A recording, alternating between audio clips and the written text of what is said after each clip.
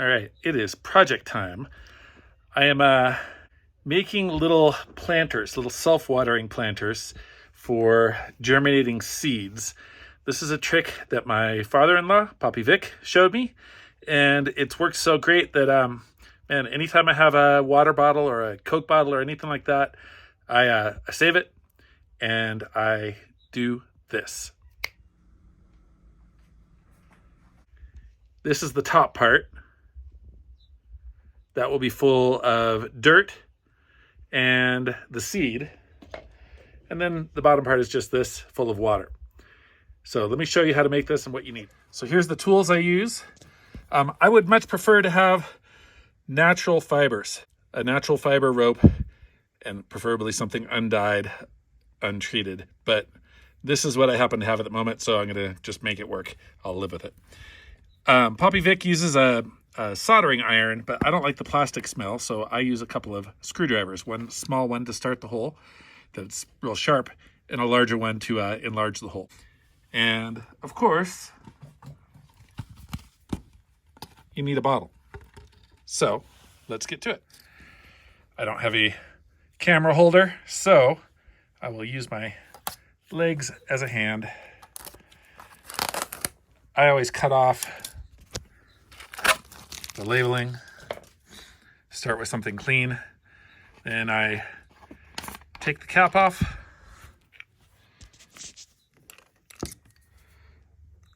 take the small screwdriver, punch through, see that little hole, take the large screwdriver, punch through, and I gotta set the camera down and use both hands for a second here.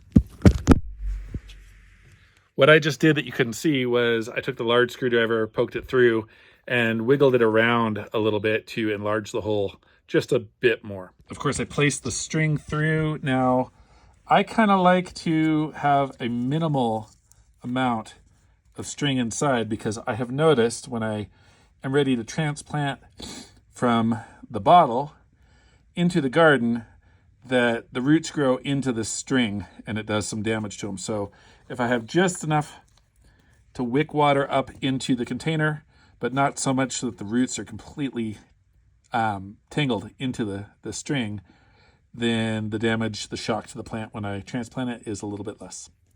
All right, let's see if I can do this one-handed. I might not be able to. Where exactly I cut it isn't super important. The further this way you cut it, the more water, of course, it will hold. The further this way you cut it, the more soil you've got for the roots.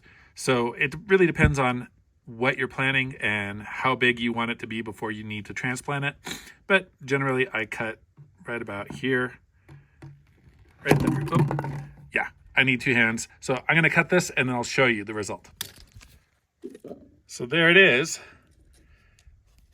Very easy to cut them. I don't even make an effort to make it a clean cut.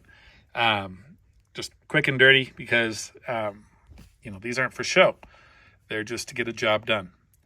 So now I'm going to fill it with water, some soil, and then, of course, we're going to plant some seeds in there. Today I'm planting turnips, I believe. I like to use rainwater. I prefer not to use water that's got chlorine in it because it kills off the bacteria, the beneficial bacteria that's in the soil. And my plants just seem to do better when I use rainwater. Here I've got a mix of mushroom compost, rice husk, and just garden soil, and a flower off this vine over here that fell into here. So we take this, I'll just prop it in here. Use that for an extra hand. Behind me, you can see all the bottles I'm saving. Saving bottles. Recycling them or upcycling them, as some people prefer to say. Upcycling plastic bottles into planters. So I'm not real precise with my mix between the rice husk, the garden soil, and the mushroom compost. But I believe I've been told it should be approximately 2 parts garden soil, 1 part rice husk, 1 part mushroom compost. But of course, that's going to vary depending on what you're planting. So now that I've got this, boom, drop it in, ready to go. That is ready to plant my seeds in. I also use these sort of water bottles. These ones already have a hole in them, so you don't have to poke a hole, though the hole is a little larger than I would like. So when I'm using these bottles, I just prepare it like that. Then I cut it in half, put the string through, and it's ready to go. But like I said, that hole, it's a little big, and a lot of dirt, a lot of soil ends up draining, siphoning down through that into the water, which doesn't actually do any harm, though I suppose it could create an environment to grow a lot of bacteria or funguses. These are called papanabo here in Ecuador in Spanish. And the seeds look just like that, tiny little seeds. These ones right here, all of these I've already planted. That's a mix of turnips and beets. These are the 4 I've just created, so I'm gonna get my seeds planted in each one, and then just leave them alone, and they should be fine with the amount of water they've got. I put like 2 or 3 seeds in each one because these seeds are cheap, and that way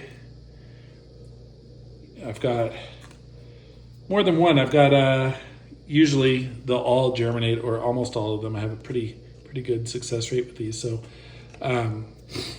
whichever is the strongest, biggest, healthiest one, I will keep, and the others I'll pluck out of there. And that's all you do.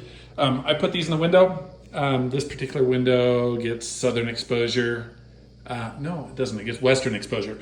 So I get the afternoon sun to warm up the soil enough to hit the temperature it needs to germinate, and the water ensures that it stays nice and wet in there. Ooh, there's a mosquito larva.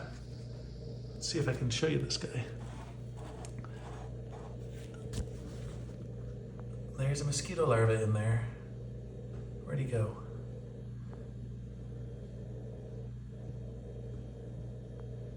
Where is he?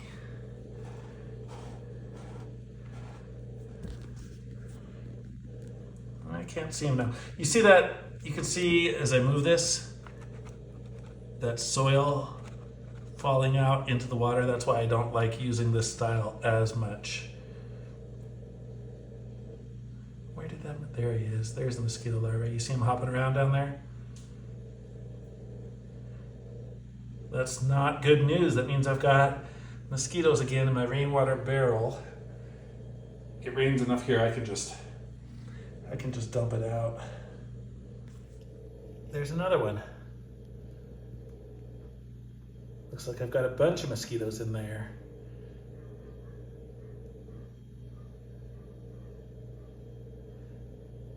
These ones won't live since they can't get out. At least I don't think they can get out. I think they'll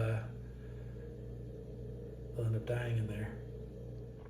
So here in the Andes Mountains where I live, pretty much right on the equator, this time of year it's going into the rainy season. Spider on my hat. It's going into the rainy season, and so this is the time of year that I want to plant things like beets and turnips. It's also the time of year I plant fava beans and basically my cool weather crops: kale, lettuce. I have some tomatoes going that probably should not have been planted this time of year, but I think this year is going to be hot enough and dry enough. I'll get some harvest before they go. And the tomatoes I have in the greenhouse. So most of what I'm planting right now, I plant in this greenhouse that it doesn't have solid plastic walls. It has netting. It's not designed to make it warmer, though it does make it warmer a little bit for a couple of reasons I'll show you. It is designed to make this greenhouse more impervious to insects and birds, and it does also maintain a little bit higher humidity in here and a little warmer, and it slows the wind down, slows the rain down, so rain doesn't fall hard on the plants and beat them up. Let me show you what I got in here, and this is where I'll put everything I just started. I know I'm using cinder blocks for a lot of my raised beds, and I really shouldn't be. They're not the best thing to use. I do have some solid plastic that I just scavenged and covered some holes. I had some dogs dig through the plastic. The neighbor's dogs have been coming around and causing trouble looking for food. And they got in and dug a hole through the plastic netting. And there's also holes that have just been made by exposure to the sun or birds or whatever. But this stuff it's not solid. It's been up here for a few years and it's about due to be replaced. Really, the whole thing's about due to be replaced because it's not treated with, it's not painted, or it's just bamboo mostly. So it's gonna fall over pretty soon. But in this space, I've got like this chard. It is a few years old. It will grow like a tree. In fact, last year, this chard reached the roof and then it died back a little bit and then just goes again. Look at that trunk on the chard. It's like a tree. And there's a lot of plants that will grow like that here. In other places, they would be a short cycle crop. But here, if I don't pull them out of the ground and I just let them grow, I can get year after year out of them. These things, I took a photo, put it on Google Lens, and Google Lens said, that's marijuana. It is not marijuana. These vines grow, I can't remember the name of them, but they grow a little vegetable that you use for stuffing. You pull the insides out and stuff it with meat and rice or what have you. So there's a bunch of volunteer spinach back there. There's a tomato that I need to pull out. This is the old tomato. There's some new ones. More volunteer spinach. Spinach grows like a weed here, and I have to aggressively pick it back to get rid of it. And got some carrots in here. Some cabbage that is 2 years old. It produced for me nice big heads of cabbage. I just took the head off, saved the plant. It produced again the second time, like 4 or 5 small heads of cabbage. And I probably should not have tried for a third year. It doesn't look like it's going to do a third year, so I should pull those out, make space for other things. But there's a nice tall chard. I need to mix up something like some sort of organic spray for fungus, because I have a blight throughout the property. See, here's a natural rope, what I prefer to use. And here's some compost, stuff for the compost. It's a mess in here right now. It's very disorganized because I haven't been putting the kind of work I really need to in here. This bed still has some space for some more stuff in it. So I'll go through, I'll weed, I'll mix in some better soil, and I'll plant a couple things in there. My asparagus. Asparagus, when you plant asparagus, you got to give it 2 or 3 years before you start harvesting it, or you kill the plant. But if you do that, you give it time, then you can just keep on harvesting it pretty much indefinitely.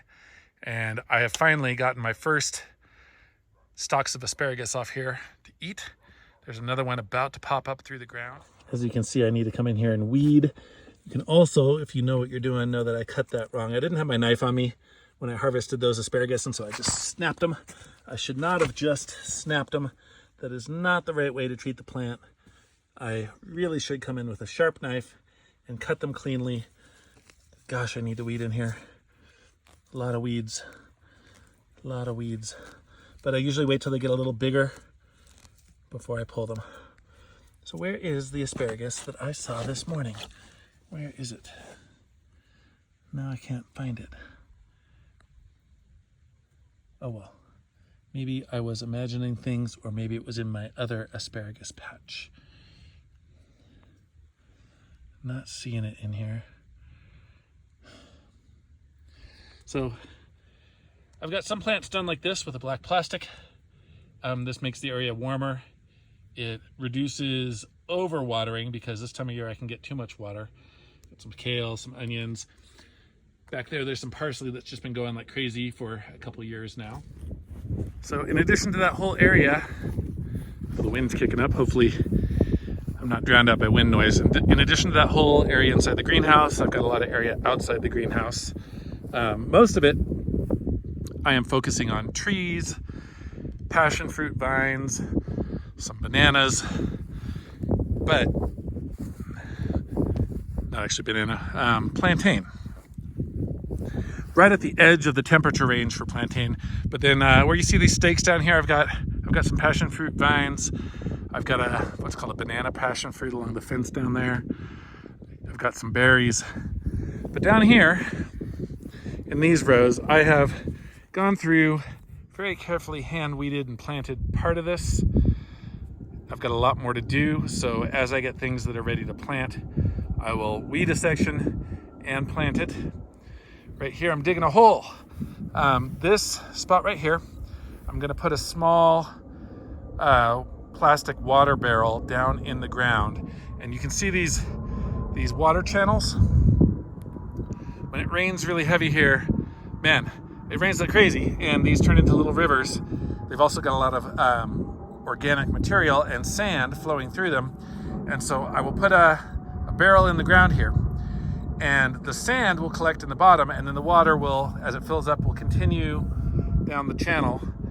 I will have several of these sand and organic material collection systems, and then ideally way down at the bottom down there, I will put a large tank that will collect much cleaner water because the sand's been filtered out in these earlier spots.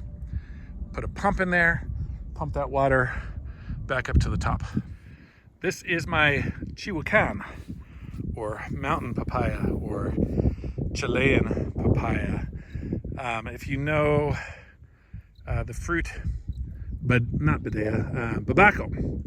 Babaco is a hybrid that's created from this and another type of papaya that allows it to grow at much higher elevations. I'm at just under 2,400 meters at this elevation, and it's a little too cool, a little too temperate for regular papayas here. I tend to be, I'm going to do this in Fahrenheit, I tend to be at about 70, 75 Fahrenheit in the day, and often 50s or even 40s at night. And so I can't grow a regular type of papaya here, but I can grow Chihuacan, if I'm pronouncing that right, which I usually don't. I can grow mountain papaya, and these are great for juices, for teas, for desserts, and they also produce a latex that is insecticidal. I made the mistake of eating one of these raw ones, and I burned the hell out of my lips. The latex that comes out of the fruit definitely repels flies. If I just put one of these fruit around my other fruit in the kitchen, the flies leave the entire area alone. So I'm pretty excited about how many fruit I've got growing on this Chihuacan. There's a bunch, you can't really see them. Can you see them? There they are down there. There's a bunch of fruit on it, and I'm waiting for them to ripen because I'm going to collect all the seeds and grow as many more Chihuacan as I can. I've only seen one other person here in Ecuador selling the plants, and they sell them for $12 a piece, which is higher than you see most fruit trees priced at. And since I was pretty successful at growing these from seed before, I'm just going to start producing as many as I can and seeing if I can subsidize the operation here on the farm by selling these. I'm also going to try to sell ricotta peppers, Chihuacan, mountain papaya, and ricotta pepper. We've gotten pretty good at starting both these plants, and I just need to have some patience and get a good operation going so that I can get, I don't know, maybe 100 of them going at a time. And then just put out ads on, I guess, Facebook Marketplace or wherever to see if I can subsidize the cost of my little farming operation a little bit by selling some plants. So that's the update from the farm. I am still limping around. I had a motorcycle accident. There's a video, a few videos back about that. I bought a little enduro bike, a little Honda 190 to mostly just to get back and forth out here on the farm. But after owning it for a week, I went for a ride, got out on the Pan American Highway and hit a little sharp curve going. I wasn't going fast, 40 kilometers an hour, but it was too fast for the gravel and sand that had been spilled on the road. And I slipped out, and I have pretty much destroyed my knee. So I'm limping around. Hopefully, doctor says maybe in 6 months I'll be okay. There it is. Here's the other asparagus. It was in my other asparagus patch out here. So if you're still watching, that probably means you're one of the fans of my videos. And if you're a fan of one of my videos, I'm going to share with you that I have started a GoFundMe. Because of the accident, the motorcycle accident I had, my days as working as an overseas electrician are probably over. And I don't want to give up on these projects on the farm. And I'm looking for other ways to continue to financially make this work. So I started a GoFundMe. There's a link down in the description. If any of you out there, any of you that enjoy my channel are interested in keeping this project going and are willing to kick down $5-10, whatever you want to help me continue, because now that I'm a little gimpy, I don't know that I'm going to be continuing to work overseas jobs to get this farm off the ground. It takes a lot of money and a lot of work to get a project going from nothing to profitable, and I'm nowhere near there yet. So I don't expect any of you to donate, but I would be super happy and excited if some of you would. I think a couple of my friends have already kicked down, I think, like $60. Every little bit helps. So hate to beg. I feel embarrassed. It's not my style, but I'm not willing to give up. And so I am willing to beg. And with that, and the stick sticking out of the top of my head, I'm out. See you in the next one.